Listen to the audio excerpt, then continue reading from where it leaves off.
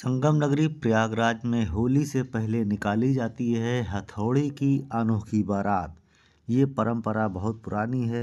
होली की मस्ती के जितने रंग हैं उतनी ही अनोखी है इसे मनाने की परंपराएं। प्रयागराज में होली की अजीबोगरीब परंपरा है जहां निकाली जाती है हथौड़े की ये अनोखी बारात। बैंड बाजे के साथ हथौड़े की बारात परंपरागत तरीके से निकाली जाती है और गलियों में घुमाया जाता है। अनूठी परंपरा वाली इस शादी में दूल्हा होता है एक हथौड़ा। इस हथौड़े की बारात निकालने से पहले हथौड़े की बलैयाँ ली जाती हैं। जैसे बारात निकालने से पहले माँ अपने बेटे की आरती और पूजन करती है।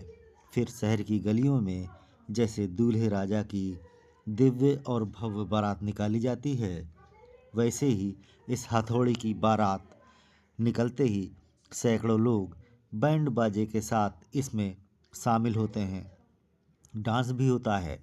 इस परंपरा का संदेश संसार की बुराइयों को खत्म करना है। संगम नगरी में इसी के साथ होली की शुरुआत भी हो जाती है।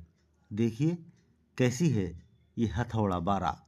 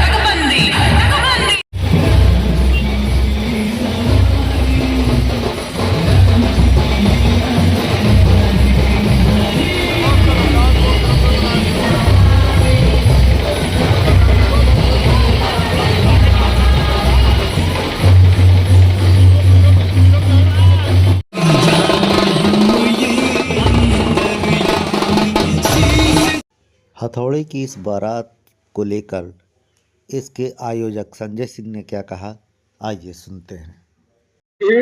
2007 के बाद इस बारात का रूप बदलकर इसको हम लोगों ने दूल्हा बनाना शुरू कर दिया और एक माँ अपने बेटे को जब दूल्हा बनाती है तो उसकी जल डाल कर उसको शुद्ध करती है, उसकी बधाइयाँ लेती है, उसकी बलैयाँ उतारती है, उसको काजल लगाती है, उसकी दीपक से आरती उतारती है, लोहा नचाती है, मूकर नचाती है ताकि उसका बेटा हर भलाई से बचा रहे। उसी तरह इस हथौड़ा बारात में इस हथौड़े का वो पूरा कार्यक्रम कर हथौड़े को दूल्हा बनाकर नगर में उसको घुमाया जाता है और इलाहाबाद शहर में होली की शुरुआत की जाती है। और इसके साथ एक कहानी भी जुड़ी है कि प्रयागराज में इस हथौड़े का जन्म हुआ है। प्रलय काल में भगवान विष्णु इसी दारागंज में अक्षयवट की पुंजी पर बैठे हुए थे। माँ लक्ष्मी ने कहा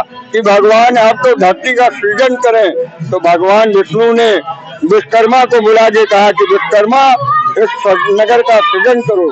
तो भगवान विश्वकर्मा ने 3 लाख साल तपस्या की है, 3 लाख साल। उसके बाद सबसे पहला यंत्र इसी प्रयागराज में हथौड़ा प्रकट हुआ।